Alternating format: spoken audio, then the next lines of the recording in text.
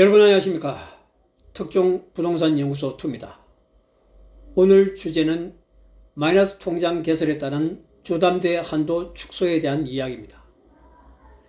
최근 빚을 내서 투자하는 B2가 다시 확산되면서 마이너스 통장과 신용대출 개설이 급증하고 있습니다.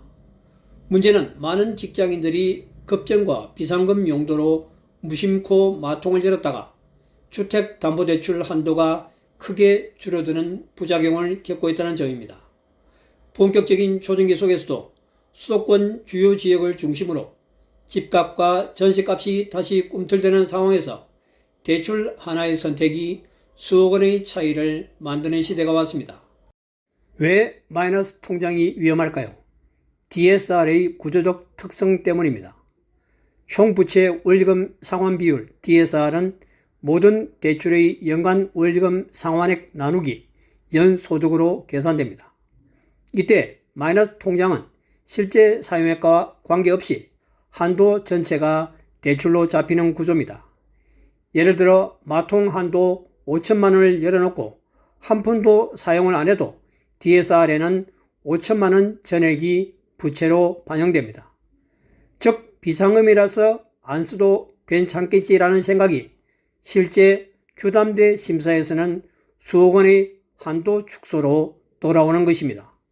스트레스 DSR 3단계 시행으로 주담대 한도는 더 줄어들었습니다. 지난 7월부터 수도권을 중심으로 스트레스 DSR 3단계가 전면 시행됐습니다.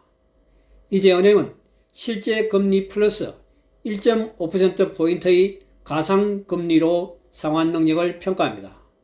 실제로 금리를 더 내는 것은 아니지만 심사용 금리가 높아진 만큼 주담대 한도는 더 낮아지는 구조입니다. 마이너스 통장을 보유할 경우 주택담보대출 한도는 얼마나 줄어들까요? 은행권 예시를 연소득 9천만 원, 금리 4%의 30년 원리금 균등 상환을 기준으로 보겠습니다.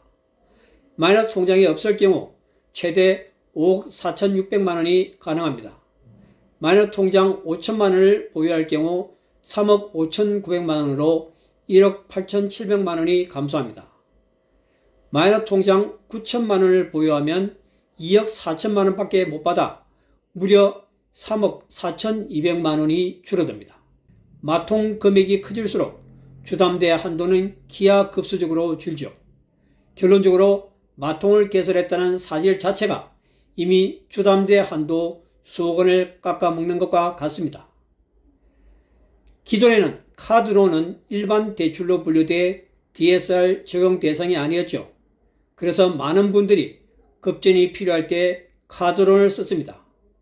하지만 6.27 대책 이후 카드론은 신용대출로 편입돼 DSR에 포함되면서 주담대와 전세 대출 여력까지 줄이는 요소가 됐습니다.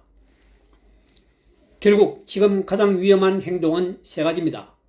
급전 때문에 마이너스 통장을 개설하는 것. 개설만 해도 주담대 한도가 수억 감소하죠. 두 번째는 필요 이상 한도 크게 잡기.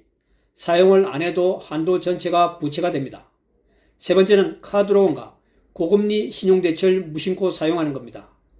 주담대와 전세대출 심사에 즉시 반영이 됩니다.